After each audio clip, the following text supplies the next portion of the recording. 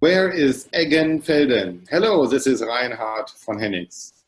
Eggenfelden is a little village in Bavaria, and to its own surprise, one entrepreneur in Eggenfelden recently made it into the middle of the US election, where one political party put a clip of his shutdown business into their election campaign movies. Interesting enough, it raises two different questions.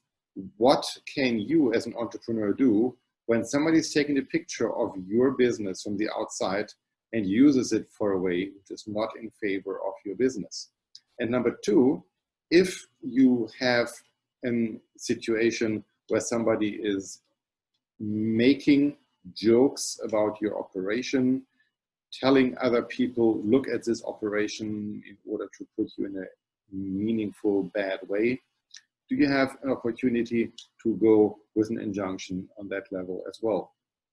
The answer to the first part is pretty easy. No, freedom of speech, you're doing our business, you can really not limit it. But number two, if somebody is putting you down as in insinuating something, you have an opportunity to fight back. But again, it is not that easy because of the freedom of speech and the amendment to the United States Constitution. Whatever it is, stay in business and stay healthy.